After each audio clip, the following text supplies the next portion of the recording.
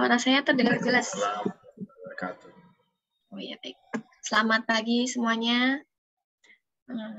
Terima kasih sebelumnya saya ucapkan kepada Bapak Ibu peserta dan juga narasumber yang telah berkenan untuk meluangkan waktunya di hari libur ini untuk mengikuti acara webinar Researcher Academy yang diselenggarakan oleh Generasi Peneliti. Baik, Bapak Ibu, sebelum kita mulai acara ini, marilah kita berdoa terlebih dahulu ya, supaya acara kita bisa berjalan dengan lancar. Berdoa, mulai.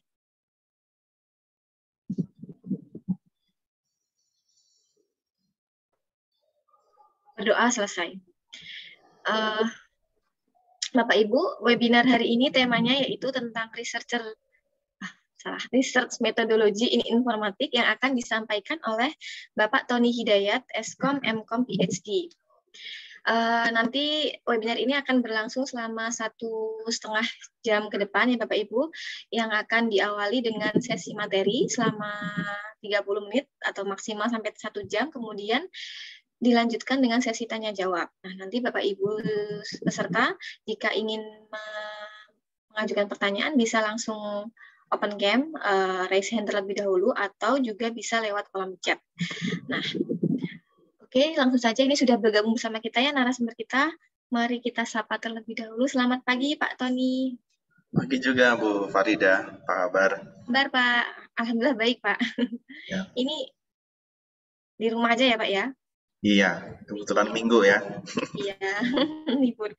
Ini sudah bergabung bersama kita Pak 62 peserta yang siap mengikuti acara webinar hari ini. Tapi ini ya mohon izin saya bacakan dulu biografi singkat tentang Bapak Tony. Jadi Pak Tony Hidayat ini berasal dari Banjarmasin Bapak Ibu semuanya, Kalimantan Selatan, yang saat ini aktif sebagai pembicara, narasumber, peneliti, dan juga seorang dosen, asisten profesor di Universitas Amikom Yogyakarta. Beliau memperoleh gelar sarjana, master, dan juga PhD-nya itu di University Technical Malaysia ya Pak ya, Malaka. Minat penelitiannya saat ini meliputi teknologi atau aplikasi multimedia, kompresi data, animasi, dan juga game ya Pak ya. Baik, itu tadi profil singkat tentang Bapak Tony Hidayat. Selanjutnya saya persilakan kepada Pak Tony untuk menyampaikan materinya. Oke, terima kasih Bu Farida dan kawan-kawan semua ya, saya sapa dulu. Selamat pagi, Assalamualaikum warahmatullahi wabarakatuh. Waalaikumsalam warahmatullahi wabarakatuh. Oke, spesial thank you buat teman-teman dari Generasi Peneliti yang sudah menginisiasi kegiatan kita ini ya, sehingga kita punya acara yang saya rasa sangat baik buat terutama buat di teman-teman yang berprofesi seperti saya juga di akademisi, dosen, guru maupun sebagai ilmuwan. Dan yang istimewanya lagi adalah hari Minggu ya. Jadi Bapak Ibu sudah meluangkan waktunya yang seharusnya bersama keluarga atau Minggu itu mestinya liburan, relax gitu ya. Tapi hari ini digunakan untuk belajar. Saya rasa semoga nanti amal ibadah yang kita niatkan untuk hari ini sepadan dengan apa yang nanti kita dapatkan di kemudian hari ya. Amin ya rabbal alamin. Oke, saya share dokumen, saya share materi dulu ya, izin Bu Farida. Iya Pak.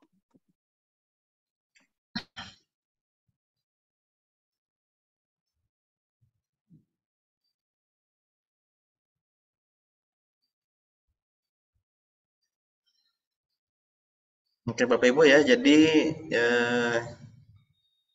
kita 1 jam tadi materinya dari panitia, dari teman-teman pelaksana gitu ya.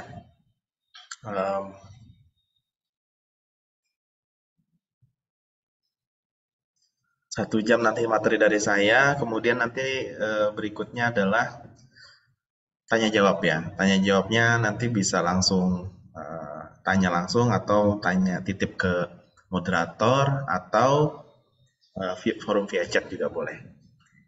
Bu Farida, tolong saya dikontrol kalau misalnya ada suara atau koneksi saya kurang baik, langsung diingatkan gitu ya. Atau ya. Siap, Pak. Atau misalnya nggak nyampe juga bisa texting saya di WA gitu. Baik, siap Pak. Oke, sebentar ya Bapak Ibu ya. Ini sambil ngelot apa namanya slide saya. Slide saya sudah muncul belum ya? Sudah muncul, Pak. Oke. Di tempat saya masih ngelak ini. Dari tadi tuh ada biasa saya tadi sudah ngobrol sama Pak siapa tadi ya? Pak Dedi ya. Komputer saya sedang update ini Pak. Ya, biasa kalau lagi buru-buru ada saja. Iya. Nah ini nggak tahu dari tadi setelah update malah agak-agak lambat jadinya.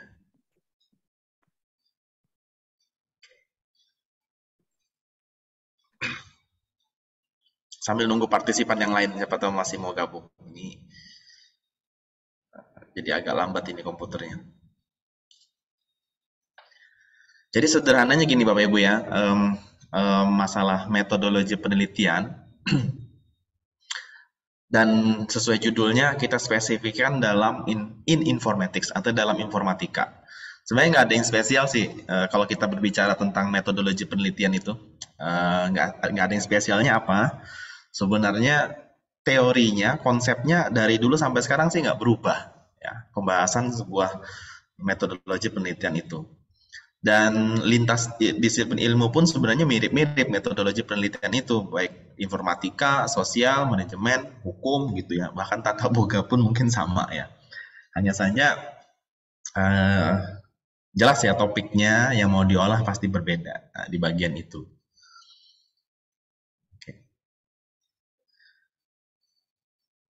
Jadi ini sementara profil saya Bapak Ibu ya, mungkin nanti di next time jika ada hal yang bisa saya berbagi pengetahuan ya, jika Bapak Ibu membutuhkan tentang ide pemikiran atau saya bisa menghubungi via email ini, dan kalau mau lihat tentang profil saya di akademik tentang penelitian, publikasi ya, itu ada ID-ID publisher, ID-ID researcher gitu, Scopus dan lain-lain.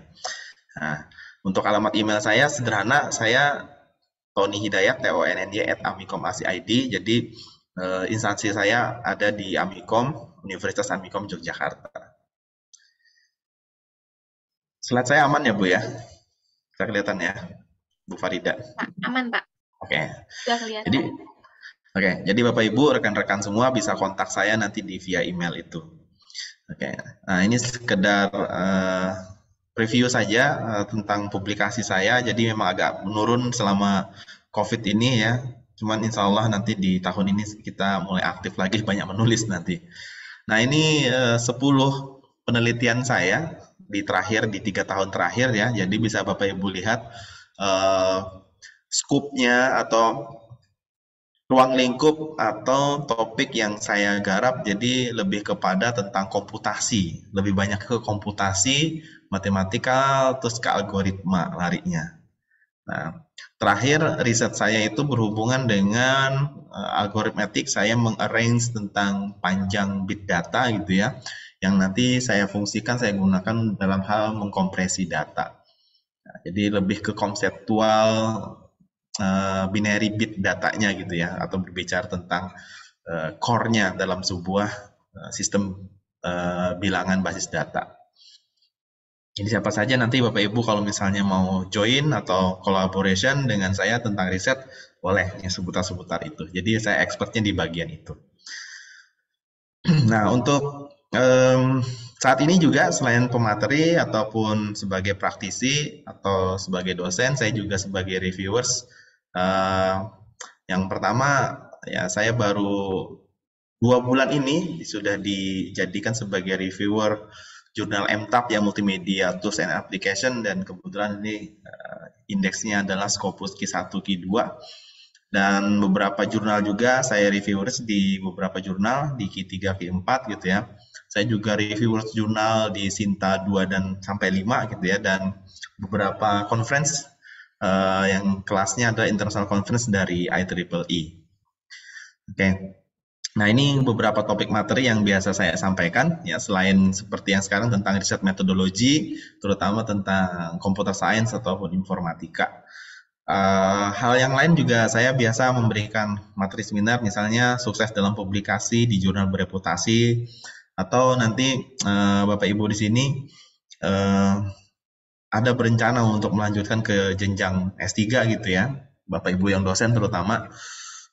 Jadi bisa saja nanti mengundang saya, kita membicarakan how to get started become PhD gitu ya. Jadi ada beberapa hal yang harus di prepare kalau untuk bisa lanjut ke PhD atau S3 gitu. Nah, jadi isunya sih memang saat ini nanti dosen-dosen itu Bapak Ibu, ini bagi yang dosen ya. Dulu kita S1 masih boleh jadi dosen, ternyata setelah 2013, 14, dan 16 itu semuanya sudah di warning S2 itu minimal jenjang pendidikannya dosen gitu ya. 2018 itu sudah tidak ada ampun lagi. Sehingga 2021 yang masih kualifikasinya S1 mau nggak mau akhirnya diturunkan statusnya menjadi tendik gitu ya. Nah, jangan sampai nanti beberapa tahun ke depan peraturan pemerintah turun yang awalnya dosen S2 itu boleh, ternyata nanti minimal S3. Nah, jadi sebelum peraturan itu keluar Bapak Ibu, saya rasa ayo sekolah lagi kita di S3 gitu loh, untuk mengamankan posisi lah karirnya kita atau impiannya kita di dosen gitu. Nah, kalau sudah itu nanti saya juga punya materi bagaimana selamat dan sukses gitu ya di S3 di level doktoral ataupun PhD. Hal yang lain ya, karena bidang saya memang di rumpunnya adalah multimedia, jadi saya bisa berbicara banyak kalau tentang multimedia development begitu. Dan yang terakhir ya, saya juga punya materi yang lumayan banyak disukai juga, namanya dosen yang bermarwah gitu. Jadi ada beberapa hal ya, sebagai dosen itu yang masih banyak orang miss, atau dosen itu masih menganggap bahwa dia kerjanya mengajar ya, padahal tugas dan bobot kita kan banyak tidak cuma mengajar. Gitu Bapak Ibu, kalau misalnya membutuhkan materi ini saya siap dikontak gitu. Nah, untuk kualifikasi pendidikan tadi sedikit banyak sudah disounding sama moderator. Jadi S1-nya saya temanya tentang sistem informasi gitu ya, S2-nya teknik informatika tentang mengembangkan sebuah aplikasi multimedia. Nah, S3-nya yang tadi saya ceritakan, saya mencoba membuat sebuah algoritma baru ya untuk kebutuhan kompresi lossless. Oke, Bapak Ibu, sekarang kita mulai. Jadi gini, di informatics tadi saya bilang masalah metodologi penelitian, kuncinya adalah logika dan algoritma. Nah, ada yang bilang begitu. Jadi kalau kita berbicara tentang metodologi penelitian dalam informatics, itu yang perlu disiapkan di awal adalah logika dan algoritma. Jadi kemana ujung-ujungnya? Mathematics, Bapak Ibu. Jadi kalau Bapak Ibu di informatika menghindari matematik, nah itu sangat-sangat keliru gitu ya. Jadi ini contoh kita mainan apapun gitu ya, entah JavaScript, HTML, apapun bentuknya itu, entah ke outputnya berbentuk visual atau apa, tapi dalam semuanya adalah logika dan algoritma. Bentuk logika algoritma itu ruhnya adalah sebuah matematik ya. Oke. Visual dan yang terjadi di sana inilah ada sebuah proses matematik ya Bapak Ibu ya. Sedangkan yang kita lihat adalah sebuah visual. Jadi umumnya orang saat ini kalau berhubungan dengan informatics gitu, yang dilihat sekarang visualnya, tapi tidak memperhatikan bagian dalamnya. Nah, jadi saya coba mengembalikan sebuah pemikiran di informatics adalah matematik sebenarnya isi atau kunci di dalamnya.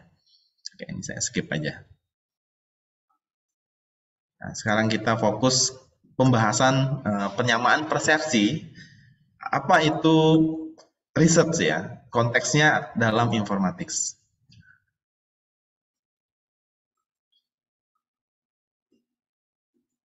Oke, jadi ini Bapak Ibu. Tiga kata ini sering sekali orang miss dan salah persepsi ya, antara research, development, dan production. Ini sebelum kita membahas tentang definisi dari research itu apa, ataupun rangkaian metode yang kita gunakan dalam sebuah research.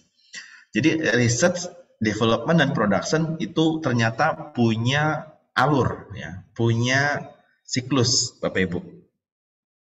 Jadi awalnya semuanya itu sebelum kita memproduction, sebelum kita mendevelop, itu kita harusnya biasanya adalah meresearch dulu. Jadi riset ini awal, setelah ketemu jadi riset, biasanya akan dilanjutkan ke development, penyempurnaan ataupun pengkompekan, pensolidan. Nah, setelah compact, solid, lengkap gitu ya, biasanya ada keinginan ini untuk didistribusikan, untuk disebarkan, untuk digunakan oleh orang banyak. Nah, dalam seperti itu konteksnya adalah production. Simpelnya begini Bapak Ibu. Misal ya, sebelumnya orang tidak punya yang namanya komunikasi mobile, yang kita sebut sekarang handphone dulunya, terus smartphone gitu ya. Awalnya kan mobile. Pada sebelumnya kan kita belum punya yang namanya handphone ataupun smartphone atau mobile tadi. Adanya adalah pesawat telepon yang ada terpasang di rumah. Nah, kuncinya di riset itu adalah kapan orang melakukan riset, karena adanya kebutuhan. Bukan masalah, masalah nomor 2. Jadi karena adanya kebutuhan dan keinginan, setelah ada kebutuhan dan keinginan tersebut, baru muncul masalah. Jadi kalau nggak ada kebutuhan, kalau nggak ada keinginan, ya masalah nggak ada sebenarnya. Jadi masalah itu muncul akibat adanya kebutuhan ataupun keinginan. Nah, tadi karena manusia butuh dan ingin bisa berkomunikasi di mana saja, dia sambil jalan, dia sambil kemana gitu ya, atau yang disebut mobile tadi, maka ada kebutuhan, saya pengen bisa berkomunikasi nih di mana saja. Akhirnya ketemu sebuah permasalahan, jadi harus ada alat yang bisa mengatasi atau membuat solusi tersebut. Maka dirisetlah Bapak Ibu. Dipikirkanlah bagaimana nih caranya yang tadi awalnya telepon tersebut adanya di rumah gitu ya. Terus bisa dibawa kemana-mana. Yang tadinya pakai kabel, berarti nggak pakai kabel dong gitu. Nah, karena ada kebutuhan tadi akhirnya jadi masalah. Ini awalnya pakai kabel jadi nggak pakai kabel. Nah itulah riset situ fungsinya. Setelah berhasil riset, maka kan orang akhirnya berhasil. Oh iya, tanpa kabel bisa tadi. Tanpa terhubung listrik bisa. Dan bisa sinyalnya nggak putus, dibawa kemana-mana. Artinya risetnya berhasil. Setelah itu disempurnakan Bapak Ibu ya. Disempurnakan yang tadi awalnya speakernya berantakan, awalnya tadi tombolnya nggak jelas gitu ya. Mulai dirapikan. Nah, ini yang disebut dengan proses development. Itu yang disebut dengan proses development. Jadi dirapikan, ditata lagi, diestetika lagi. Misalnya namanya speaker itu berarti nggak boleh dekatan dengan mikrofon, misalnya itu development. Speaker di atas berarti kalau mikrofon di sebaliknya. Nah itu adalah proses yang namanya development. Setelah misalnya oke, oh iya semuanya ada alatnya sudah bisa diadakan. Habis itu cara membuatnya sudah jelas gitu ya. Artinya bisa dilakukan yang awalnya orang nggak tahu cari cara membuat berkomunikasi tanpa kabel, sekarang bisa dilakukan. Terus sudah mulai dirapikan. Akhirnya kan orang berpikir, oh ini kalau dijual maka banyak peminatnya. Oh ini kalau digunakan banyak orang akan meningkatkan banyak hal dalam berbagai macam sektor. Maka dari situlah, yuk kita produksi, kita kemas dengan baik, dengan bagus, demikian rupa. Maka disitulah proses yang namanya production. Gitu Bapak Ibu. Terus riset ya, kalau misalnya tadi ya, awalnya belum ada HP, terus sudah sekarang HP dirapikan, sekarang dijual ke banyak orang, berarti sekarang risetnya apa? Berarti risetnya bukan membuat handphone atau smartphone lagi Bapak Ibu. Risetnya adalah melanjutkan, apa yang dilanjutkan? Misal tadi handphone itu kan ada baterainya, ada layarnya, ada materialnya, itu yang diriset sekarang. Jadi elemen partnya jadi lebih kecil. Contoh, misalnya ya, tadi sudah diproduksi, sudah ada HP nih. Karena ada keinginan kebutuhan lagi, misalnya tadi HP-nya cepat habis ya, baru dipakai sejam habis. Berarti kan ada keinginan kebutuhan lain. Pengennya baterainya bisa tahan lama, berhari-hari, panjang, dan masih kecil, artinya bisa jadi enak dijinjit. Berarti riset lagi. Yang diriset apa? Baterainya misalnya. Cari lagi bahannya, dicari tahu lagi bentuk materialnya dan seterusnya. Begitulah Bapak Ibu konsep dari research gitu ya. Jadi bedakan research, development dan production. Nah, kalau berbicara penelitian itu berarti inilah yang Bapak Ibu harus lakukan. Yang selama ini sebenarnya banyak salah kaprah juga tuh kita ya sebagai dosen ya. Kadang mengatakan mahasiswa juga banyak bimbing tapi kita juga banyak salah sebenarnya. Contoh Bapak Ibu ya. Misalnya kita punya kasus gitu ya, oke nanti saya akan ke perpus, saya coba riset di sana, baca-baca buku. Itu bukan riset Bapak Ibu, itu bukan penelitian. Kalau Bapak Ibu ke perpus nyari-nyari buku, itu bukan riset. Itu namanya studi pustaka. Nah, jadi kalau cuman mereview paper saja atau cuman baca-baca buku, itu bukan penelitian. Tapi itu adalah salah satu bagian yang harus dilakukan dalam penelitian. Ada lagi yang sering salah kaprah, Bapak Ibu misalnya ada tugas gitu ya, membuat sebuah sistem untuk SMK. Oke, nanti kita riset ya di SMK, kita riset dulu ya SMK-nya. Itu bukan di riset SMK-nya Bapak Ibu, tapi di observasi. Nah, sering salah kaprah. Penelitian itu tidak bisa hanya satu kegiatan. Penelitian itu ada banyak kegiatan di dalamnya. Yang ini saya tuliskan. Jadi observasi, studi pustaka, analisa gitu ya. Habis itu setelah lengkap, konteks permasalahan dan solusi yang mau diterapkan baru mulai merancang. Setelah mulai merancang, rancangannya jadi oke, sesuai dengan kebutuhan, baru diproduksi. Artinya mulai di-assembly lah kalau bahasa lainnya selain produksi. Kalau udah jadi, aplikatifnya di testing, cobalah implementasi, diujikan, terus dievaluasi. Gitu Bapak Ibu. Nah, kalau mau lihat kompleksnya seperti ini, kalau Bapak Ibu mau lihat proses dari sebuah riset gitu ya yang harus dilakukan. Yang penting tadi itu Bapak Ibu, jangan sampai salah definitif. Misalnya kita mau membuat sebuah aplikasi di sekolah, oke kita riset dulu sekolahnya. Nah, sekolahnya nggak perlu diriset Bapak Ibu, tapi butuh disurvei atau diobservasi. Dalam rangka apa? Mencari kebutuhan, permasalahan atau data, biasanya begitu. Oke, kuncinya Bapak Ibu ya, dalam yang membedakan ini sebuah karya ilmiah atau tidak, kuncinya 3 ini.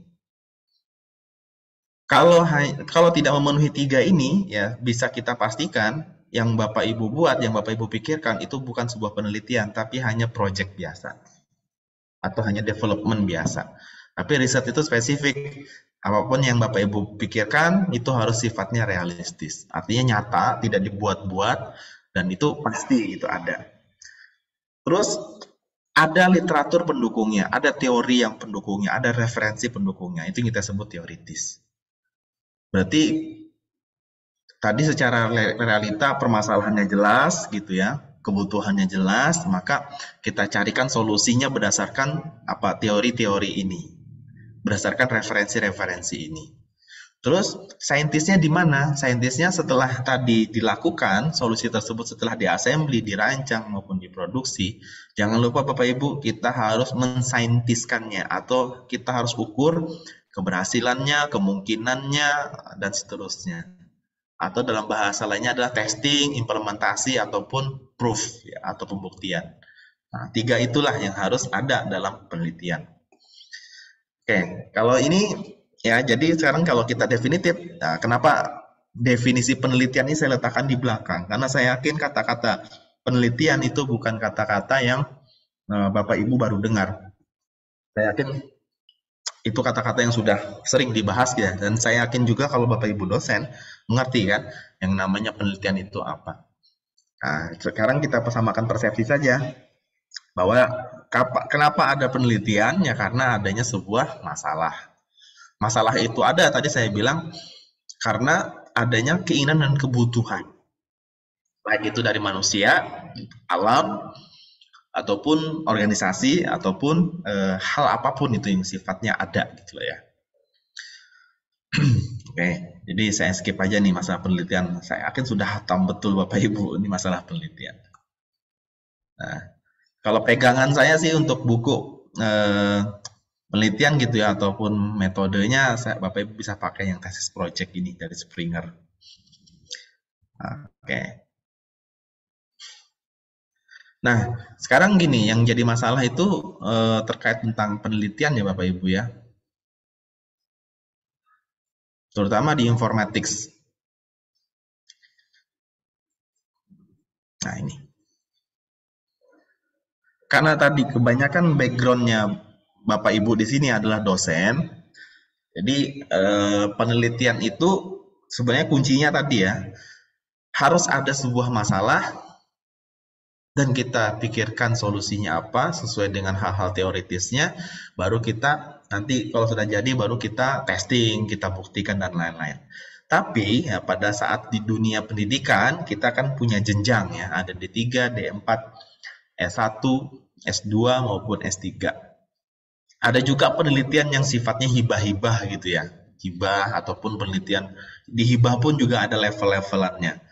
Ada penelitian dosen pemula, penelitian dosen penelitian utama gitu ya, ada hibah bersaing dan lain-lain. Nah,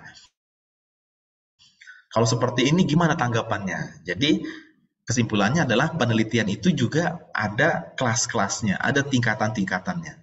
Penelitian itu juga ada kompleksitasnya tentu ya. Contoh nih Bapak Ibu, Bapak Ibu yang ada di akademisi ya, jangan sampai juga ini kalau saya beberapa lihat teman-teman dosen sekarang tuh agak terlalu over dengan mahasiswa. Ini saya dalam rangka membela mahasiswa ya. Kadang tidak bisa membedakan antara tugas mahasiswa di D3 maupun S1.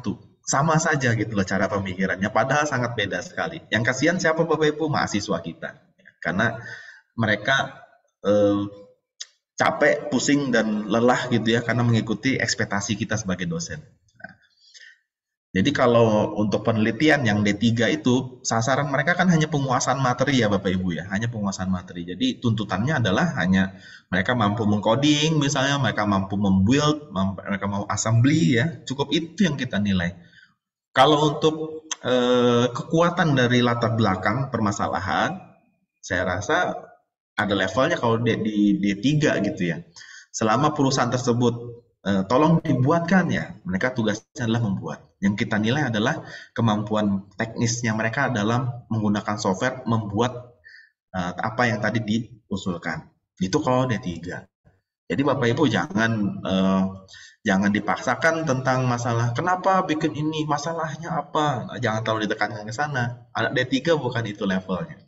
Tapi kalau Bapak Ibu mau menguji tentang latar belakang permasalahan kenapa diangkat dan alasannya apa, nah, silakan kalau menurut saya sih lanjutnya di S1 skripsi. Karena di sana memang ada pengujian teori, ada pengujian masalah tentang bentuk implementasi, kontribusinya di situ gitu loh. Makanya kalau di S1 lebih banyak trendsnya adalah desain dan perancangan atau implementasi atau pemanfaatan gitu ya, bunyi-bunyi judulnya biasanya. Nah, disitulah biasanya kita menanyakan latar belakang, dia mau bikin sistem di sebuah SMA misalnya. Pasti kita menanyakan, kenapa sistem ini dibutuhkan oleh SMA tersebut? Kenapa aplikasi ini dibutuhkan oleh perusahaan itu misalnya? Kalau jawabannya kurang jelas, biasanya kita akan terus bertanya. Nah, kalau di S1 oke Bapak Ibu, kalau di level itu untuk menanyakan gitu ya. Terus kalau di S2, nah Bapak Ibu harus lebih kritis lagi ya kalau menanyakan tentang permasalahan dan latar belakang. Jadi kenapa kita selalu membahas tentang permasalahan dan latar belakang? Karena itulah yang membedakan Bapak Ibu semuanya level tadi yang saya bilang, level perbedaan antara S1, S2, S3 itu bisa dilihat dari apa? Latar belakang, background, dan permasalahannya. That's all, kuncinya itu. Sama nanti kalau Bapak Ibu bersaing mau mendapatkan hibah di Simlitamas gitu ya. Yang membedakan hibah-hibah tersebut adalah yang dilihat dari latar belakang, usul, permasalahan, dan solusi yang Bapak Ibu tulis di situ di bab 1. Itu yang membedakan. Sama saja di skripsi, tesis, ataupun disertasi S1, S2, S3, itu yang membedakan adalah di latar belakangnya ini. Kebutuhan, permasalahan, dan solusi yang Bapak Ibu tulis gitu loh. Nah, kalau S2 bisa saja perbaikan gitu ya dengan cara menggabungkan beberapa metode, beberapa materi ya. Oke, fine itu di S2. Tapi di S3 Bapak Ibu dituntut untuk menghasilkan sesuatu hal yang baru. Atau bahasa umumnya namanya novelty. Kalau Bapak Ibu tidak bisa mengusulkan, tidak bisa menyebutkan di bagian hal latar belakang, background, permasalahan, di bab 1, S3, biasanya itu yang selalu diulang-ulang terus. Oke, nantilah Bapak Ibu ya, kalau ada waktu silakan hubungi saya kalau kita mau membahas tentang proposal riset S3. Karena S3 itu Bapak Ibu pinter saja belum tentu bisa S3. Bapak Ibu punya uang kaya belum tentu bisa S3. Jadi bukan uang dan pinter yang harus disiapkan di awal kalau mau memulai S3. Bukan itu. Nanti lebih jelasnya kita ada event lagi aja tentang S3 ya. Nah, contoh pembahasan tentang perbedaan tadi ya. Ini karena kita akademisi cukup kita bahas tentang jenjang level studi saja ya. Bapak Ibu perlu diketahui metodologi penelitian itu di setiap jenjang wajib. Bapak Ibu kuliah D3 nanti ada metode. Kuliah di D4 atau S1 nanti ada metode lagi. Waktu S2 ada lagi metode. S3 dapat lagi metode dan semuanya adalah sifatnya wajib. Kenapa wajib? Nah, berarti memang di metode itu apakah materinya beda-beda di setiap level? Seharusnya beda, bukan beda teorinya, bukan beda metodenya, tapi yang berbeda adalah mainframe-nya, cara berpikirnya.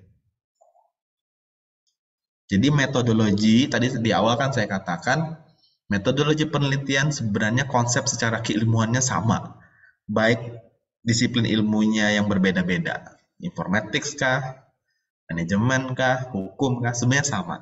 Yang berbeda itu adalah tadi bahannya jelas ya.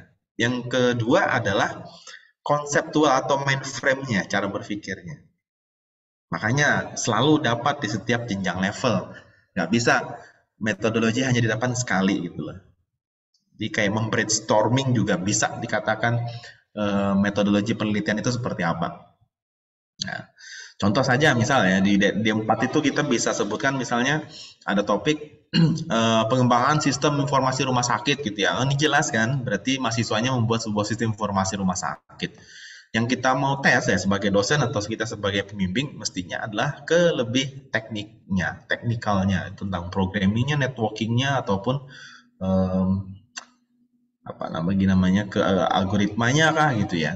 Nah, kalau S1 coba kita lihat ya di sini Bapak Ibu, ini sistem cerdas berbasis neural network untuk memprediksi harga saham. Berarti kan ada teori tentang neural network gitu ya yang mereka akan terapkan ke dalam sebuah software menjadi sebuah aplikasi. Jadi ada teori yang dia uji, kenapa menggunakan neural network ini gitu ya, kenapa dia setting untuk memprediksi harga. Nah ini ada sebuah teori yang mereka harus paham, bisa pertanggungjawabkan di bagian itu. Nah kalau di S3, S2, S3 tadi, S2 lebih kepada mencari perbaikan ya dengan cara menggabungkan, modifikasi ataupun merubah. Tapi kalau di S3 jelas Bapak Ibu harus memberikan kontribusi pengetahuan baru kalau S3. Itu mutlak. Nah, jadi yang kita bisa lakukan dalam sebuah informatika dalam konsep meneliti gitu ya, ada banyak hal ya Bapak Ibu, ada banyak hal. Apalagi sekarang topiknya berkembang di informatika, Bapak Ibu ada banyak hal. Jadi untuk topik dan tema ini Bapak Ibu ya, nanti kita skip di sini aja. Topik dan tema itu Bapak Ibu di informatika itu nggak akan ada habis-habisnya. Banyak sekali yang bisa diangkat.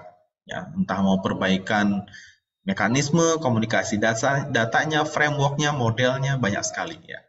Jadi software sudah jadi, kita mau perbaiki, itu bisa jadi sebuah penelitian tersendiri. Nah, contoh, nah ini lagi yang Bapak Ibu yang nggak boleh keliru, yang saling salah kaprah juga kita dalam sebuah penelitian. Harapan kita dalam meneliti itu berhasil, ya kan? Sama, kita siapapun ya pengennya kalau melakukan sesuatu pengennya berhasil. Tapi misalnya kita mau membuat sebuah aplikasi dalam mengkompresi data, misal. Penelitian sebelumnya dalam satu file dia berhasil mengkompresi data 5 detik. Nah, terus kita penelitian lagi pengennya nanti mengkompresi data lebih cepat dari yang lama. Yang lama sudah menghasilkan kecepatannya adalah 5 detik per file. Saat kita melakukan penelitian dengan metode dengan menggunakan cara tertentu gitu ya, ternyata hasilnya adalah satu data itu 7 detik. Oh, berarti lebih lambat daripada penelitian sebelumnya. Apakah itu gagal? Ini Bapak Ibu jangan salah persepsi. Selama Bapak Ibu ini Selama Bapak Ibu sudah melewati semua proses ini sampai akhir, sampai bisa mengevaluasi gitu ya, itu kita katakan penelitian Bapak Ibu berhasil, selesai ya. Bisa kita katakan penelitian Bapak Ibu berhasil selesai. Terus kalau tadi jawabannya ternyata penelitian kita lebih jelek dari hasilnya daripada sebelumnya, apakah itu gagal? Tidak, jawabannya. Jadi itu tidak perlu Bapak Ibu pikirkan dalam sebuah meneliti ya, berhasil atau tidak, itu adalah hasil saja. Itu adalah hasil. Prediksinya bukan gagal maupun berhasil. Prediksinya adalah hanya jawabannya hasil riset yang Bapak Ibu lakukan ternyata tidak lebih cepat daripada penelitian sebelumnya. Itu statusnya bukan gagal, statusnya juga bukan berhasil. Tapi pernyataan hasil saja cukup. Nah, itu. Selama ini kan rasanya aib gitu ya kalau nggak bisa melampaui penelitian yang sebelumnya. Ya tidak masalah itu, tidak masalah. Apapun itu Bapak Ibu, bisa melampaui dari penelitian sebelumnya ataupun tidak, ataupun sama, pertanggungjawabannya sama. Yaitu apa? Bapak Ibu harus bisa menyampaikan hasil kenapa atau evaluasinya. Jika dia lebih bagus, kenapa juga tetap pertanyaannya. Jika sama, why? Kenapa juga. Jika lebih jelek, kenapa juga? Sama pertanyaannya. Pertanggungjawabannya sama. Bapak Ibu tetap harus mempertanggungjawabkan, menjelaskan hasil evaluasinya. Kenapa ini lebih baik, sama, atau tidak lebih baik daripada sebelumnya. Itu Bapak Ibu ya, jadi persepsi itu jangan sampai keliru. Ya, yang penting Bapak Ibu sudah melakukan semua tadi proses yang dilakukan wajib selama dalam penelitian. Itu artinya sudah selesai berhasil. Satu lagi Bapak Ibu ya, ini rentan di komputasi, matematika, data ya, kalau sudah datanya di Excel, jangan sampailah kita sebagai ilmuwan itu seperti ini. Tidak boleh bohong ya Bapak Ibu ya. Atau maksudnya adalah Bapak Ibu memanipulasi datanya. Jangan. Biasanya kenapa Bapak para researcher melakukan pembohongan data ini atau merubah data atau modifikasi manipulasi data ya karena tadi itu pengennya bisa lebih bagus hasilnya daripada penelitian sebelumnya akhirnya melakukan itu. Saya rasa salah ya, jangan. Nah sekarang gini Bapak Ibu, konsepnya kalau kita membahas tentang proposal penelitian yang perlu dipikirkan, jadi sebenarnya yang bagus itu ada proposal penelitian, ada penelitiannya. Kenapa harus ada proposal dulu? Kalau langsung kita menggarap penelitian reportnya, nanti ternyata tidak layak, berarti kan banyak merubah hal, menghapus banyak kegiatan, mengulang dari awal. Mestinya proposal dulu. Nah, kalau skema proposal yang seperti ini. Ya. Yang part pertama adalah introduction, yang tadi saya bilang, di introduction inilah yang nanti membedakan atau bisa ketahuan kasta-kasta level-level dari sebuah penelitian. Baik itu penelitian di hibah gitu ya, hibah yang dari yang paling bawah sampai hibah yang sifatnya multi year sampai yang paling atas. Atau kalau di institusi pendidikan D3, S1, S2, S3. Di introduction inilah yang membedakannya. Tampak sekali kelihatannya gitu ya. Literatur tadi itu kita membaca paper ya, jadi disarankan itu adalah membaca paper karena paper itu yang selalu update, yang selalu setiap 8 jam itu bertambah gitu ya. Buku itu adalah biasanya setelah paper, setelah dia mau patenkan dia akan jadi buku. Jadi buku itu boleh saja dibaca, tapi pegangan untuk melihat aktual dan up to date-nya saran saya adalah mainnya di paper.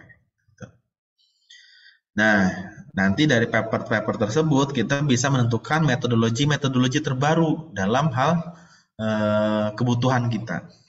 Jadi bisa untuk kebutuhan riset desainnya, riset produksinya, jenis datanya kita bisa lihat di metodologi ini. Berdasarkan apa literatur. Oke. Nah, kalau sudah data tersebut mau kita proses seperti apa? Nanti di sini ya jawabannya. Nah, baru kita membuat sebuah statement.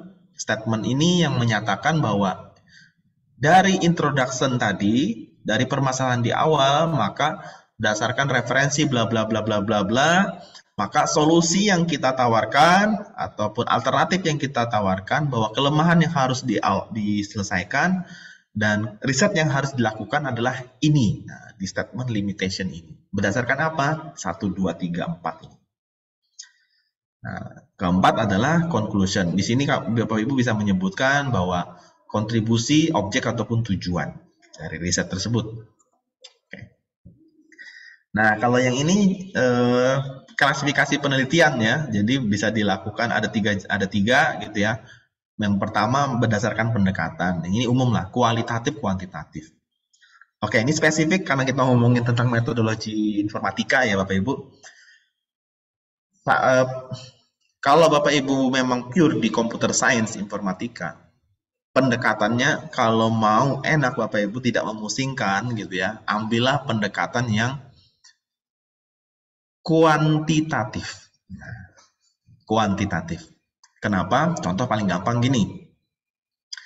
1 tambah 1 sama dengan 2. Itu nggak ada protes lagi Bapak Ibu. Tidak sudah ada nggak ada perdebatan. Itu karena kuantitatif.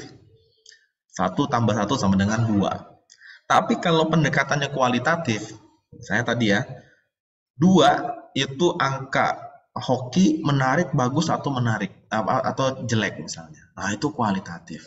Akan terjadi perdebatan panjang gitu ya, akan terjadi pertumpahan darah karena berdebat tadi itu. Itu kualitatif. Akhirnya pakai apa? Koresponden, minta pendapat orang, minta feelingnya orang, pemikiran orang lain, itu akhirnya kualitatif. Informatik sebenarnya simple Bapak Ibu. Jadikan saja dia kuantitatif. Misalnya, Bapak Ibu membuat game. Game, jangan berpikiran gamenya jadi, cukup pikirkan game itu ada artificial intelligence.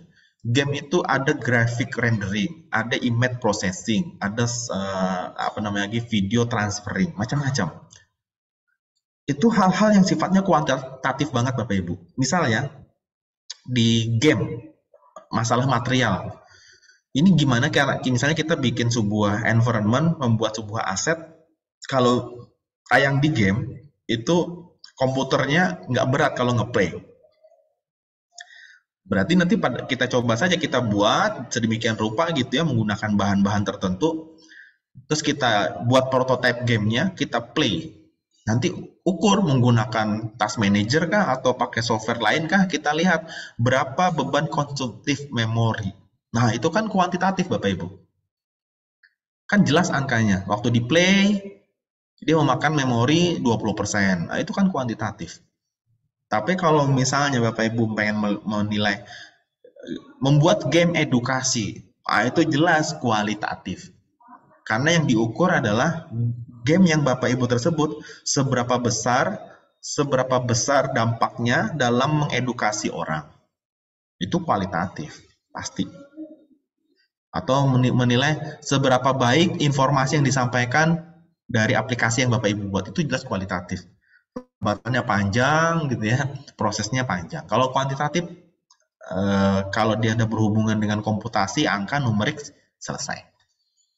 Nah, jadi saran saya, kalau kita yang di informatik ini, ambillah pendekatan yang kuantitatif Bapak Ibu. Itu akan memudahkan hidup kita dalam riset. Oke, untuk metode tidak ada saran khusus dari saya, ya hanya saja kalau kita tadi kuantitatif di informatics, biasanya larinya ke eksperimen. Ya, lebih banyak ke eksperimen. Eksperimen aja, eksperimen di mana? Di lab, bisa simulasi menggunakan komputer, ya itu oke. Ya, artinya tidak perlu sampai ke lapangan, hujan-hujanan gitu ya. Itu ada informatika, komputer bisa menggunakan virtual reality, kita bisa menggunakan virtual mesin gitu ya. Artinya nggak perlu secara fisik. Nah, jenisnya nanti ini juga nggak ada saran khusus dari saya, yang mana saja oke. Ya. Asal tadi pendekatan awalnya sudah kuantitatif, yang di bawah-bawahnya nanti lebih ringan Bapak Ibu, lebih enak. Oke, ini cukup ya. Tadi saya jelaskan itu. Nah, ada satu lagi Bapak Ibu, saya mau mengasih tahu Bapak Ibu, ini yang namanya mind map. Tadi karena topik di informatika sekarang too broad ya, semakin lebar, semakin banyak sekali. Bapak Ibu nanti akan kewalahan kalau tidak membuat ini, kerangka berpikir ini. Ini namanya mind map. Jadi misal Bapak Ibu informaticsnya di apa? Di computer vision. Ya udah berarti di tengah-tengah ini nanti Bapak Ibu talk gitu ya. Di sini adalah computer vision. Yang terkait apa? Terus jabarin Bapak Ibu, kembangin. Statement-statementnya terus dikembangin gitu ya. Nanti ini akan memudahkan Bapak Ibu dalam mencari topik, dalam mencari permasalahan, dalam mencari parameter yang mau diukur. Nah, itu akan memudahkan sekali. Setelah Bapak Ibu ini bikin aja random, acak gitu ya, tapi konteksnya misalnya terserah artificial intelligence, oke, dimulai dari situ. Berarti dia senternya. Atau misalnya machine learning atau software engineering, oke, fine, nggak apa-apa. Nah, tulis akar-akarnya yang berhubungan dan seterusnya. Nanti Bapak Ibu, ini yang mau saya ajarkan ya di sini, yaitu membuat structure mind map. Nah, namanya structure mind map.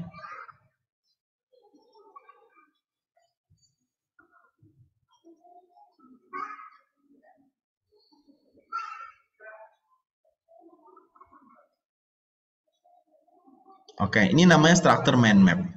Saya langsung kasih contohnya saja. Ini contoh simpel Bapak Ibu, structure mind map. Jadi Bapak Ibu, apa yang harus Bapak Ibu pikirkan di structure mind map ini, yaitu dimulai dari topik utamanya apa yang paling atas. Nanti sempitkan, kecilkan, kecilkan, kecilkan, kecilkan. Nah, itulah bagian scope. Kapan Bapak Ibu bisa mengatur scope-scope isu-isu tersebut? Nah, kuncinya adalah di sini. Bapak Ibu harus bikin mind map ini dulu. Ya. Jadi biar tahu kemana arah lari pemikiran Bapak Ibu dalam melakukan riset. Contoh begini ya, kita bahas sedikit. Misalnya kita mau topiknya adalah kendaraan bermotor. Kendaraan bermotor itu ada 3 jenis, ada air, daratan, sama laut. Udara, air, daratan, laut gitu ya. Oke, kalau dalam riset kita jangan pikirkan semua Bapak Ibu, pilihlah ya salah satu, mau yang di udara kah, daratan atau laut. Contoh di sini kita ambil yang kasus daratan. Berarti nggak usah dipikirkan yang kendaraan di laut sama yang di udara. Kendaraan di darat itu kan ada banyak pilihannya, ada kendaraan motor gitu ya, ada mobil, ada truk, ada vans. Banyak lagi nih, becak kah ya, tambah boleh aja mau dituliskan becak, betor dan lainnya. Oke, yang mau diriset apa Bapak Ibu? Nah, berarti oke, mobil, udah mobil aja yang dibahas. Jangan ngebahas yang lain-lainnya. Mobil pun juga kalau mau lebih ringan lagi beban hidupnya Bapak Ibu ya. Mobil pun ya pikirkan lagi. Mobil itu ada banyak jenisnya. Pikirkan lagi sampai dalam. Sedan, oke, sedan. Sedan ya, mobil. Mobil itu kan banyak elemennya. Ada mesin, ada bodi, ada roda. Nah, mau yang mana yang mau dibahas Bapak Ibu? Jadi riset itu, seperti yang tadi saya ilustrasikan di awal, awalnya orang belum punya handphone. Karena ada kebutuhan, karena ada keinginan, akhirnya orang membuat handphone. Dari situlah orang mensimulasikan, memikirkan, membuat handphone, riset gitu ya. Sekarang handphonenya sudah ada, berarti orang risetnya bukan membuat handphone lagi. Risetnya adalah memikirkan part-part bagian ini, seperti di mobil. Ada engine, body, sama ban. Berarti risetnya di handphone sebagai hardware tentang sensornya, sinyalnya, transaksi datanya, screen-nya, habis itu layar dari baterainya, kemampuan baterai gitu Pak. Yang diriset sekarang itunya, partnya. Bukan dari HP-nya lagi. Seperti ini juga. Ini mobil sudah ada gitu loh, jenisnya sedan. Ya nggak perlu lagi kita riset bikin sedan. Cukup yang kita bahas adalah part dari sedan tersebut apa. Terus sampai ke bawah. Contoh nih. Nah, ini punya saya. Contoh ya, Bapak Ibu nih dalam informatika misalnya tentang data kompresi ya. Data kompresi itu ada 2, lossless dan lossy. Ya udah, lossy-nya karena bukan bidang saya skip, saya tinggalin. Saya lossless. Lossless itu datanya ada macam-macam. Audio, text, image, video. Nggak bisa juga nih saya bahas semuanya, terlalu besar. Spesifik Bapak Ibu kalau riset itu. Oke, kita ambil yang mana? Audio. Audio punya banyak format. Ya, ini format apa nih audionya dari lossless? Berarti ini adalah format-format audio lossless. Terus, sistem basis datanya, sistem bilangan basis datanya ada 64, 32, 16 gitu. Ini yang mana yang mau dibahas? Nggak bisa juga kita bahas semuanya Bapak Ibu, harus pilih salah satu. Oke, berarti ini 16 bit. Sedangkan ini adalah isu dari algoritma varian yang algoritma yang bisa dipakai. Oh, nggak bisa juga berarti pakai semua algoritma. Pilih salah satu dan terus Bapak Ibu. Inilah yang disebut kalau saya di tempat saya nyebutnya namanya key chart atau boleh Bapak Ibu cukup mengatakan ini adalah namanya structure mind map. Kalau Bapak Ibu membuat riset, membuat tesis, membuat apapun itu disertasi ya, kalau tidak bisa membuat structure mind map ini sama dengan apa yang Bapak Ibu pikirkan di riset tersebut masih belum jelas. Udah, itu rumusnya. Pak Tony, ini slide-nya memang tidak bergerak ya, nggak jalan ya. Oh, sebentar. Yang dilihat di sana apa, Bu? Masih structure mind map. Betul itu atau memang sudah pindah? Pindah, Ibu. Oh, sudah pindah. Berarti ini yang ngelak ya, Pak ya? Iya. Oke.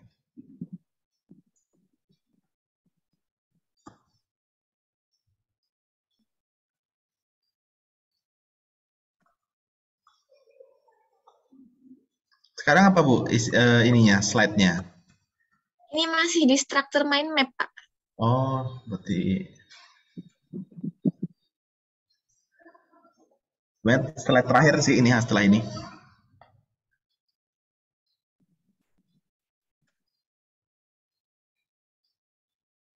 Oke, sebentar saya cek nih ada apa ya. Belum berubah juga, Bu Belum. Rifda? Belum, Pak. Oke, nggak apa-apa.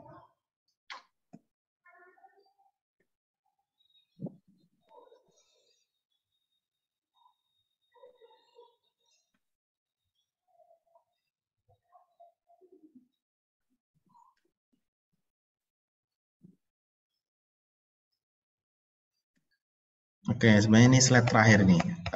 Jadi setelah kita melakukan semua tadi kegiatan penelitian, nah di informatics Bapak Ibu ini yang sakral ya, yang sering banyak dilewatkan juga dalam sebuah penelitian.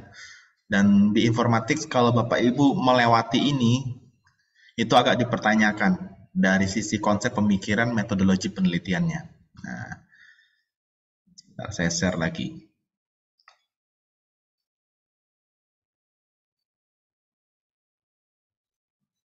Oke, sudah muncul belum, Bu?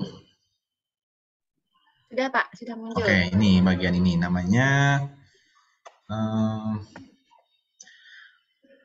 Nah, di sini ada statistical test, Bapak Ibu.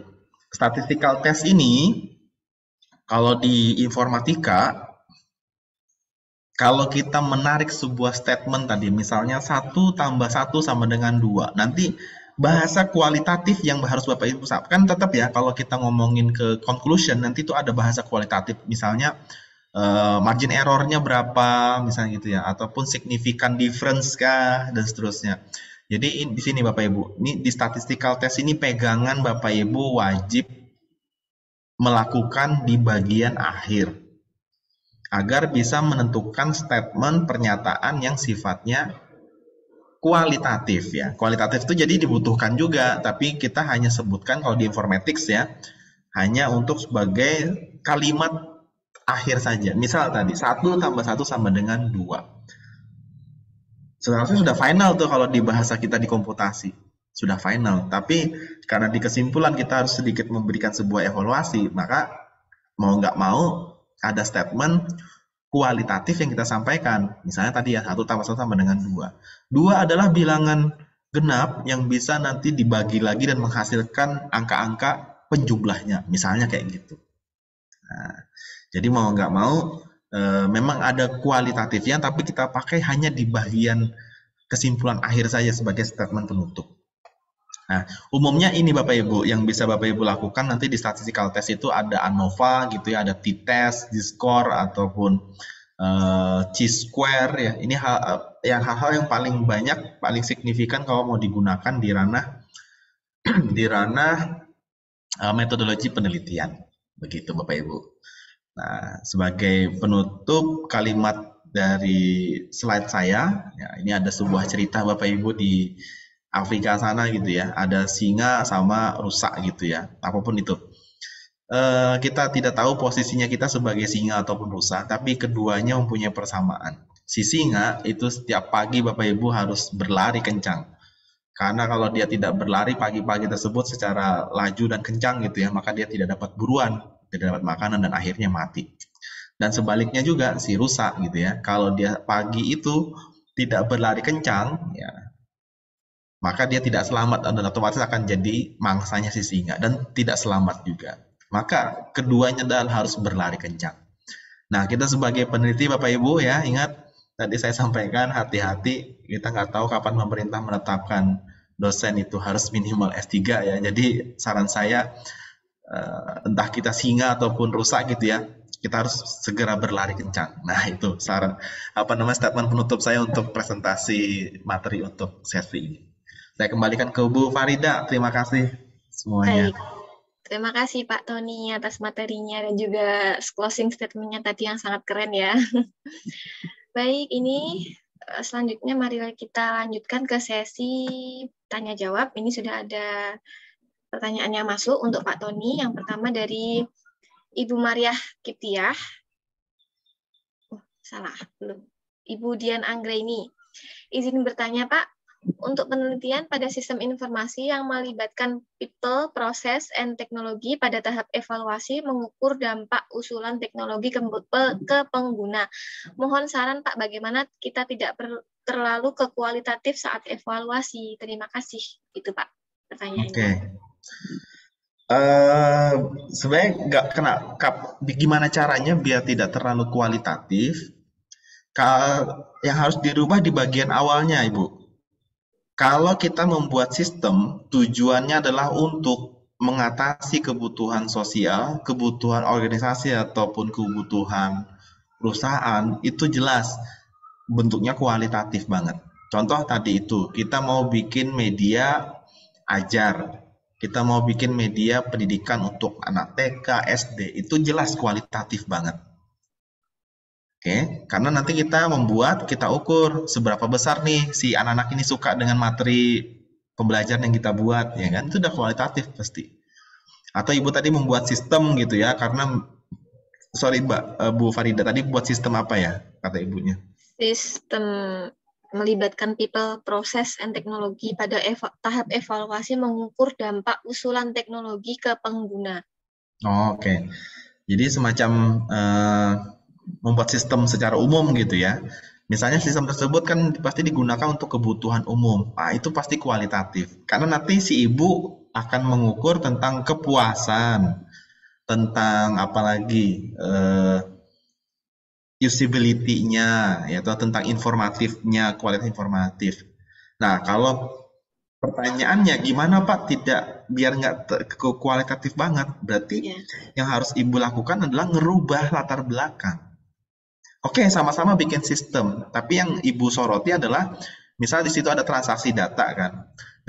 Dalam mengatur transaksi data tersebut kan ada banyak metode X, Y, Z lah. Nah, bunyi judul penelitiannya konsepnya adalah memaksimalkan, mengoptimalkan dalam transaksional data menggunakan metode X, Y, Z misalnya. Yang sebelumnya transaksinya memakan waktu lama, nanti penelitian ibu membuktikan transaksi dalam sistem ini yang menggunakan model yang saya usulkan akan lebih cepat. Berarti yang diukur adalah bukan kualitatif lagi, kuantitatif karena waktu kan, yang tadi sebelumnya berapa menit prosesnya, nanti hasil riset ibu berapa menit prosesnya. Nah, itu jadi berubah ke sifatnya kuantitatif bukan kualitatif gitu. Gitu Bu Farida. Ya, baik. Terima kasih atas jawabannya, Pak Tony. Semoga bisa menjawab pertanyaan dari Ibu Dian Anggra ini ya, Bu. Oke, kita lanjut ke pertanyaan selanjutnya, Pak. Ini dari Pak Nur Hadi. Izin bertanya, saya Nur Hadi dari STMIK Pranata Indonesia Bekasi. Ada yang berpendapat bahwa penelitian membuat aplikasi sumbangsih keilmuannya kurang, sehingga hanya masuk ke Sinta 5 atau 6. Bagaimana supaya penelitian membuat aplikasi tersebut bisa masuk ke Sinta 1 atau 2? Terima kasih. Oke. Nah, tadi sudah saya singgung ya, bahwa penelitian itu ada level-levelnya gitu, ada levelnya.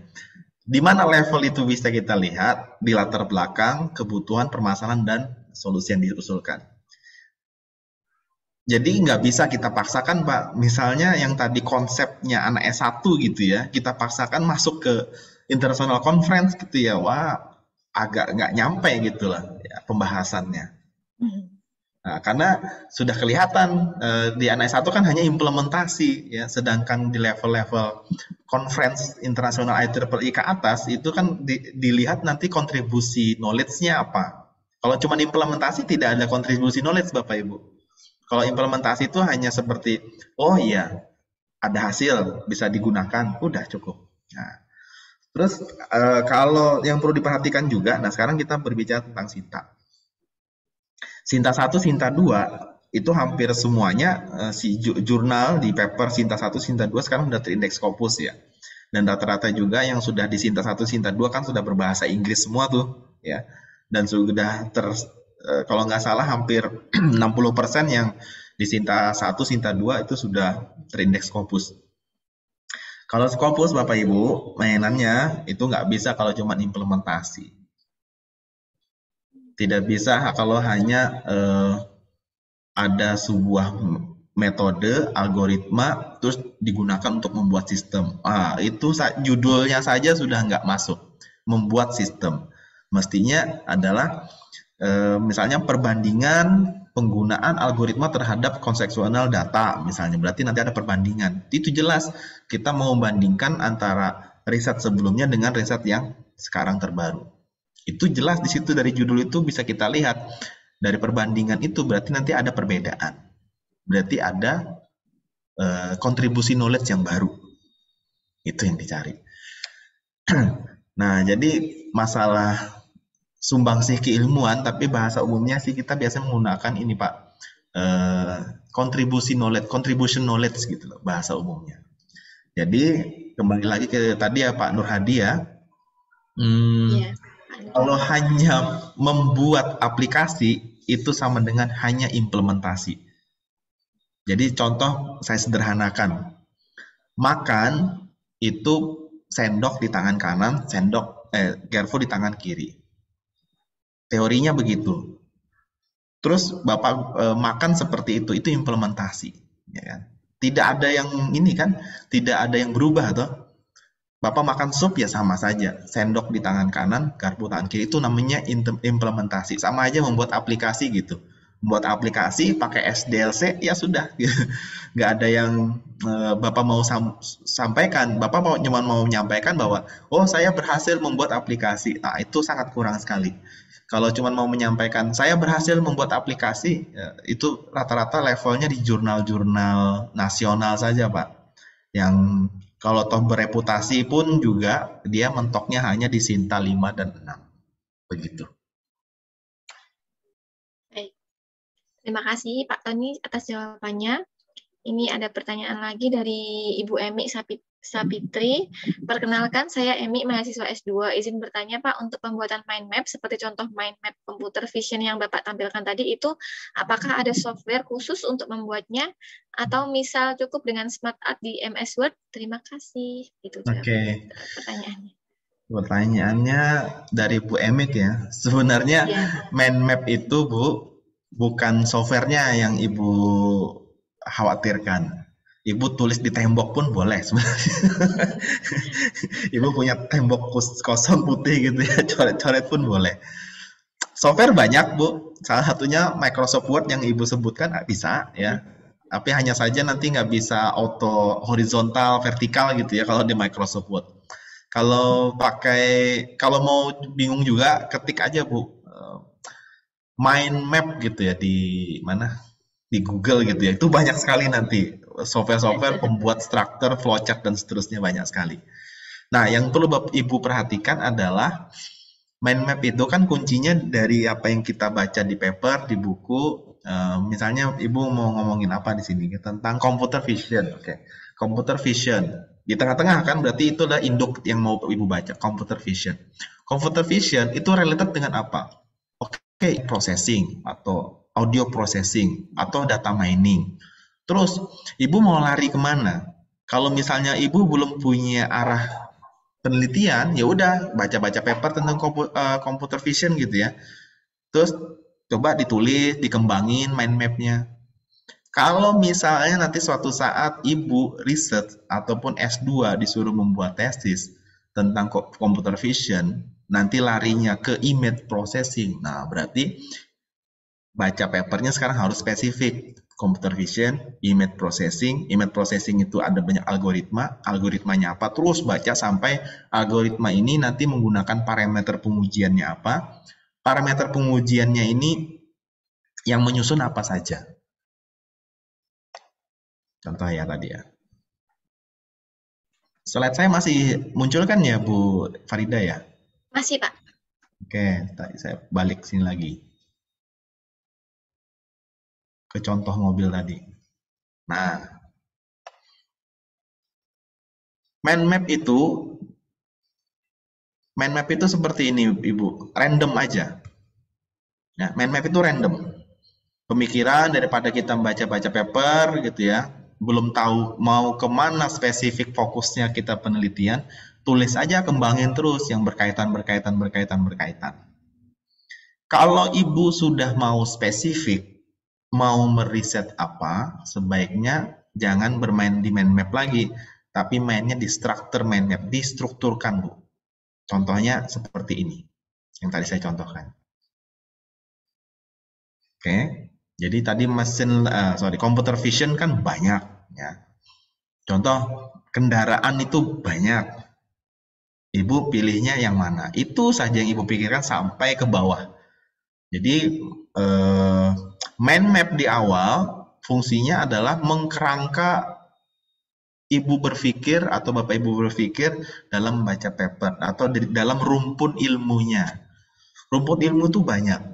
Saat riset kita harus spesifik. Spesifik, fokus, dan konsisten 3 ya. Kalau riset itu Bapak Ibu spesifik, fokus, dan konsisten. Jangan yang sering dilanggar itu adalah konsisten. Ibu riset tentang kendaraan bermotor yang ada di darat. Nanti setelah mentok akhirnya berpikir yang di laut. Sebentar-bentar ngomongin yang di udara. Nah, itu namanya tidak konsisten. Udah, kalau konsisten ngomongin yang di darat aja terus sampai akhir.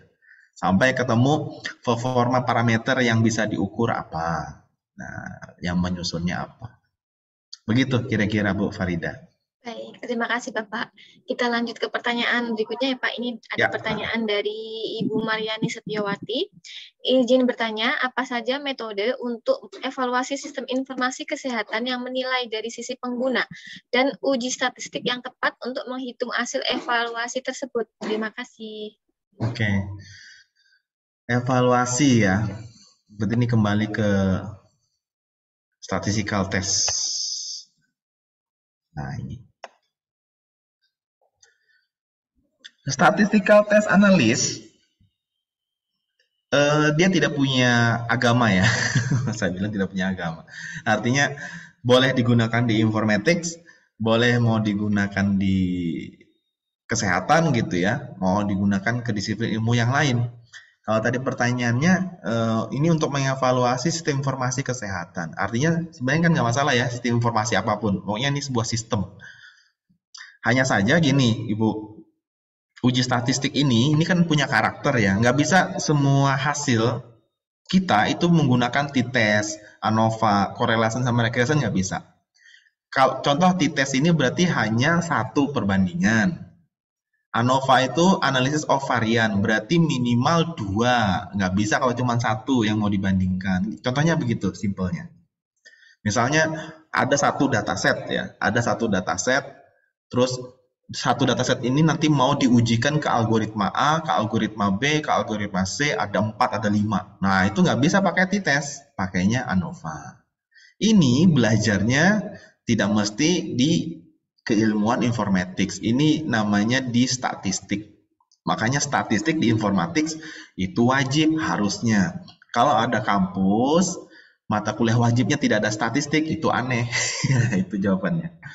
Statistik wajib, Bu, di apa namanya setiap kampus yang jurusannya, konsentrasinya, fakultasnya komputer. Itu. Baik, terima kasih Pak jawabannya. Kita lanjut ke penanya selanjutnya. Ini ada pertanyaan dari Pak Syahrul Syahwal. Izin bertanya Pak, saya pernah mempelajari tentang metode DND. Apakah pendekatan ini bisa diimplementasikan pada penelitian sistem informasi? Oke, Itu Pak ya. pertanyaannya.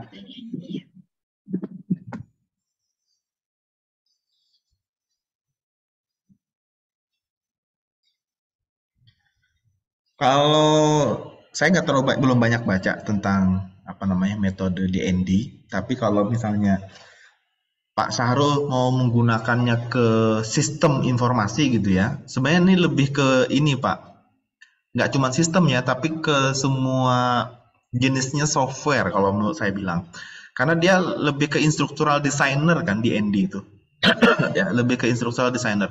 Kayaknya lebih tepatnya kalau misalnya Bapak bawa DND ini ke UI UX itu Pak, user interface sama user experience. Kayaknya lebih tepatnya ke sana. Bukan spesifik ke sistem informasi ya. Kalau memang di sistem informasi juga kita kan butuh desain ya, butuh apa namanya? Graphical user interface sama komputer interaktifnya. Tapi sekarang kan disiplin ilmunya terpisah, Pak. Dulu kita cukup ngebahas tentang user interface itu friendly user sudah dulu ya. Sekarang ada topik baru, bukan baru ya, ada topik tersendiri namanya UI UX. UI UX sekarang punya parameter pengujian sendiri. UX UX sekarang sudah punya indikator sendiri. Nah, sepertinya metode DND ini Bapak bawanya bukan konteks dalam mengembangkan sistem informasinya, tapi lebih ke UI UX-nya itu. Gitu kira-kira. Baik, terima kasih Pak. Kita lanjut ke pertanyaan berikutnya. Ini dari Ibu Ayu. Izin bertanya, boleh dijelaskan pakai contoh studi kasus Pak untuk jenis klasifikasi penelitian yang dasar versus terapan dan dua jenis lainnya tadi. Oke. Kalau jenis klasifikasi penelitian, kita buka dulu ya. Dasar dan terapan.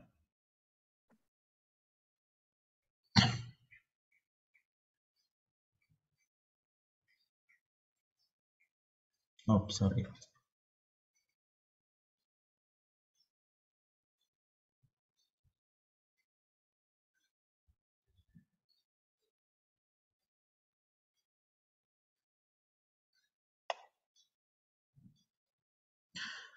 Kalau studi kasusnya semuanya sama Bapak Ibu, antara dasar dan terapan. Kalau misalnya dasar itu tuh yang kebanyakan hanya implementasi. Itu dasar. Umumnya seperti itu. Tapi kalau misalnya penelitiannya terapan gitu ya, itu ini lebih kepada bukan cuman implementasi saja, tapi juga menguji ke lapangan. Tapi kalau jenis yang penelitiannya dasar itu tuh hanya implementasi tanpa mengevaluasi uji asesmen, uji lapangan tidak ada. Tapi kalau terapan itu dia pengujiannya lebih jauh itu saja sih bedanya. Ya. Contoh misal ya, sama-sama bikin sistem. Kalau yang cuman dasar, dia kan hanya membuat sebuah rancangan DFD, misalnya rancangan level diagramnya saja, flowchartnya sudah gitu. Tapi kalau dia mau terapan, berarti dia nanti sampai pengujian tentang lapangan, pengujian tentang terhadap kepuasan dari usernya, itu sampai ke terapan begitu. Cuman kedalamannya saja, bedanya cuman itu. Kalau bentuknya ya sama, ya. Mau bikin sistem, aplikasi, ataupun mempropose ataupun membreakdown sebuah algoritma. Nah, gitu. Simpelnya gitu.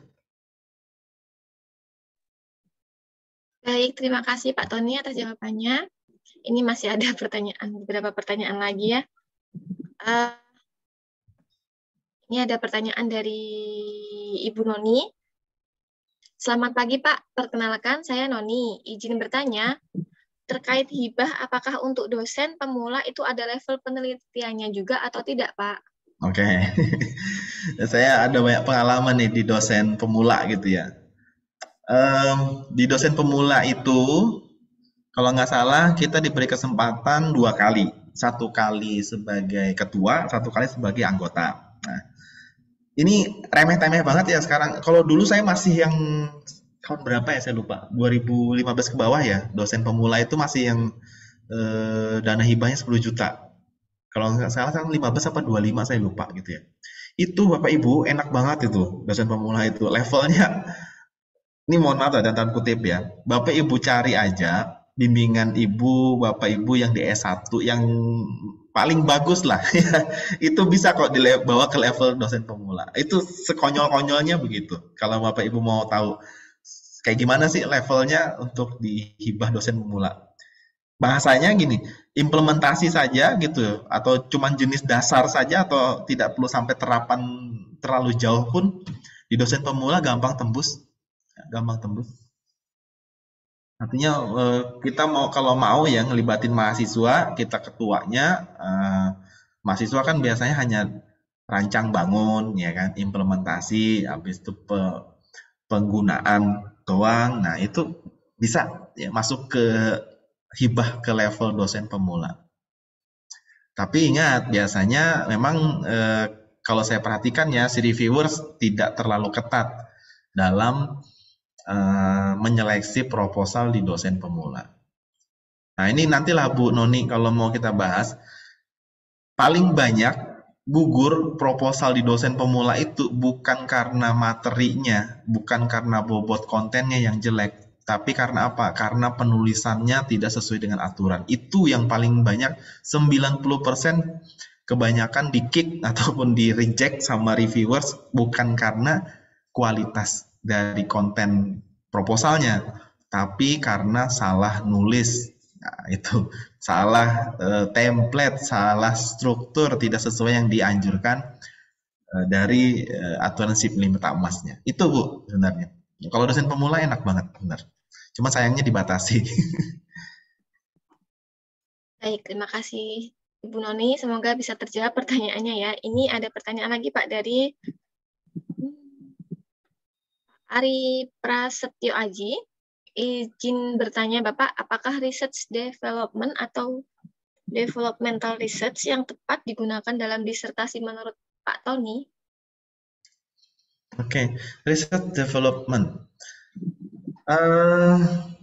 Tidak ada mazhab khusus ya menggunakan research development-nya siapa. Hanya saja, ini biasanya hanya jadi masalah pada saat di pembimbing sama di penguji saja, Pak. Pertanyaan sederhana, jadi kita mau menggunakan framework, mau menggunakan model apapun, itu pertanyaan sederhana dan klasiknya pembimbing atau penguji itu, kenapa kamu menggunakan atau memilih model itu? Intinya tidak ada yang salah, tidak ada juga yang benar. Yang kami butuhkan dari seorang pembimbing ataupun penguji itu adalah Pak Ari punya alasan berdasarkan referensi kenapa memilih itu. Sebenarnya itu yang kita mau harapkan atau diharapkan oleh pembimbing ataupun dosen penguji. Ya. Sama saja kan, hanya saja nanti ya yang namanya sendok. Nah ini saya kasih ilustrasi sederhana lagi.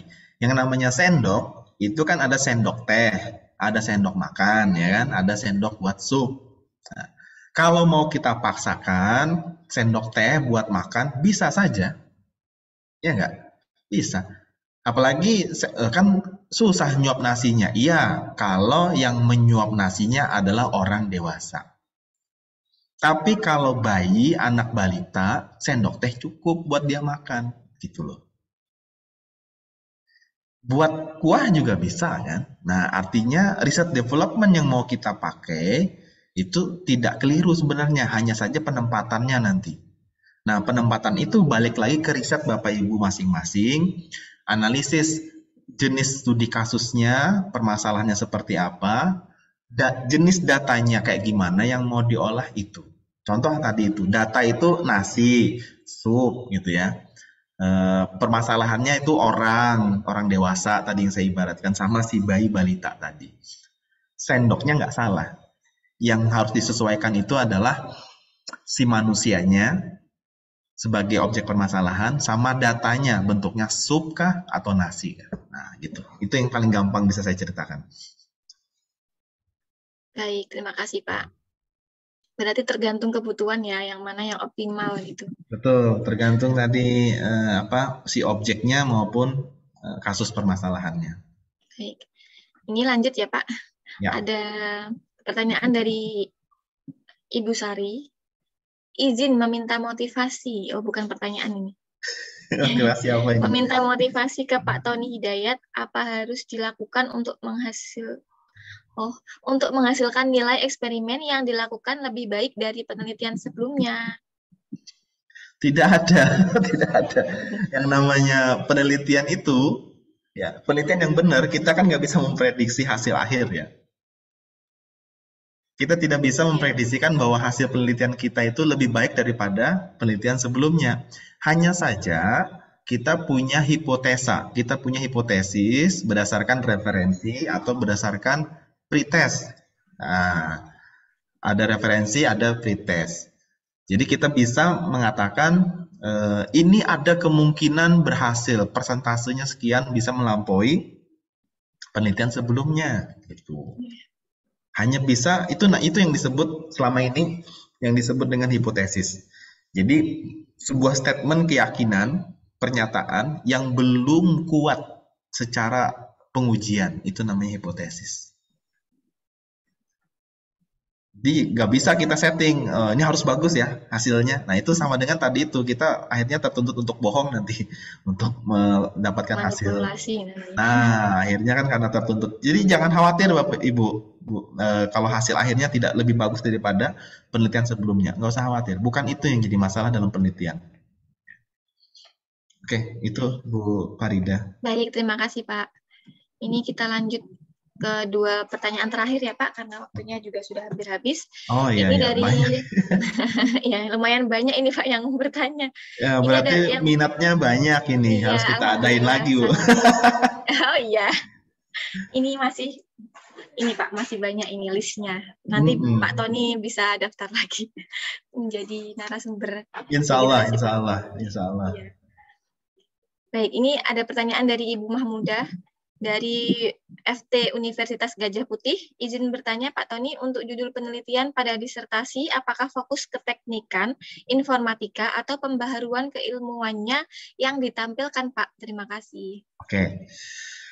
Nah, ini sebagai motivasi juga, sebagai pengetahuan juga, kalau dalam merumuskan sebuah judul ya, sebagai penutup juga ya Bu Farida ya. Iya Pak. Oke. Satu, Bapak Ibu, kalau memang Bapak Ibu sebagai student S2 maupun S3, judul satu tidak usah dikhawatirkan karena sudah ada pembimbing, itu nggak perlu dikhawatirkan. Judul itu sebenarnya harusnya bisa dilahirkan nanti belakangan, nggak perlu di awal. Tapi karena administrasi kita harus menyebutkan topik dan judul kita di awal karena proses administrasi. Oke, pembimbing, dosen Bapak Ibu, saya yakin kalau dia sudah banyak penelitian, dia sudah paham. Dia tidak akan terlalu banyak memperdulikan masalah judul. Karena judul itu sampai nanti Ibu ujian akhir, itu akan berubah. Sampai nanti benar-benar di ujian akhir dan dinyatakan lulus, itu baru final, itu namanya judul. Jadi judul itu sangat prematur, nggak perlu dikhawatirkan judul. Nah sekarang kalau memang mau bertanya komponen unsur-unsur judul yang bagus, itu menyebutkan apa saja di kata-katanya, ini pemikiran Ibu sudah benar, bahwa di judul itu harusnya ada menyebutkan sebuah model, sebuah konsep, sedikit bocoran kayak semacam spoiler atau satu kata tujuan akhir. Misalnya tadi ya, peningkatan. Nah, berarti kan harapannya kan merubah menjadi lebih bagus. Misalnya, apalagi pengoptimalisasian misalnya. Nah, itu sudah membocorkan bahwa apa yang mau Ibu kerjakan adalah untuk memperbaiki daripada yang sebelumnya, gitu. Pengoptimalan transaksi data dalam database atau sistem basis data menggunakan metode XYZ sebagai klasternya dan metode 1, 2, 3 untuk reduction noise-nya misalnya kayak gitu. Gitu. Jadi yang bagus itu tersirat di sana sebuah tujuan, ya kayak pengoptimalan, peningkatan, apalagi mempercepat proses kah misalnya. Nah, terus menyebutkan lagi sebuah metode atau framework atau algoritma yang mau dipakai. Nah, sekarang sebagai closing penutup ya Bapak Ibu, masalah judul ini juga kekhawatiran semua umum ya. Sekarang saya mau obati kekhawatiran Bapak Ibu semua masalah judul. Logika saja, saya kasih logika biar Bapak Ibu berpikir sendiri. Judul itu seperti kayak kita ngasih nama anak. Sebelum kita kawin, sebelum kita punya dapat pasangan, nggak mungkin toh kita membuat nama anak duluan kan? Nggak mungkin toh. Nah, terus oke, kita udah nikah ya, kita udah nikah, melakukan malam pertama misalnya. Apakah judul atau nama anak sudah lahir? Belum kan? Masih jauh juga kan? Nunggu sampai si istrinya telat 3 bulan ya kan? Misalnya, oke, telat 3 bulan, apakah judul nama anak sudah jadi? Belum juga ternyata. Ya toh? Nunggu lagi ke dokter spesialis kandungan, SPOG, di ronsen, sampai ketemu usia 4 bulan, 5 bulan. Itu baru kelihatan tanda-tanda kelamin ya dari USG itu. Apakah sudah muncul judul Bapak Ibu? Belum juga. Belum pasti kan? Setiap periksa 1 bulan, 1 minggu, itu si dokter pasti ngecek terus. Oh ini laki-laki Bapak Ibu. Oh ini laki-laki Bapak Ibu. Sampai usia masuk 9, tetap si dokter pasti bilang, oh ini laki-laki Bapak Ibu. Di situ biasanya kita sudah mempunyai rancangan judul atau rancangan nama anak, betul ya? Rancangan nama anak. Sampai benar-benar mau HPL hari hanya. Si dokter bilang ini insya Allah atau sudah pasti Bu, laki-laki. Baru di situ kita menetapkan satu nama biasanya. Nah, jadi judul itu bahkan nama itu bisa berubah, ternyata setelah lahir bisa jadi kan salah USG, ternyata yang lahir perempuan bukan laki-laki. Apakah nama tadi mau dipakai? Kemungkinan besar berubah kan. Berarti finalnya kapan? Anaknya lahir, selamat, kelihatan, ketahuan, baru judul atau nama anak paten. Jadi Bapak Ibu kapan itu lahirnya? Saat ujian akhir dinyatakan lulus berarti Ibu lahir. Saat itulah judul penelitian Ibu sudah paten gitu. Gitu Bu Farida. Baik, terima kasih Pak Tony Hidayat atas materinya dan juga closing statement-nya sangat relate sekali. Baik, karena waktunya sudah habis, ini kita cukupkan sampai di sini ya Bapak Ibu semua. Saya mohon maaf jika ada pertanyaan yang belum sempat terjawab, nanti bisa dilanjutkan di grup Telegramnya ada, grup Telegram Researcher Academy itu. Baik, sebelum saya tutup, mari kita foto bersama dulu ya Bapak Ibu. Bisa dibantu untuk open cam. Baik, saya hitung terlebih dahulu. 1, 2, 3. Lanjut lagi. 1, 2, 3. Sekali lagi. 1, 2, 3. Terakhir. 1, 2, 3. Baik. Terima kasih Bapak Tony.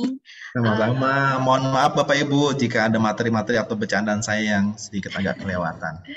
Terima kasih Bapak Ibu semuanya. Terima kasih. Saya juga mohon maaf jika ada kata-kata yang kurang berkenan ya Bapak Ibu. Saya akhiri. Wassalamualaikum warahmatullahi wabarakatuh.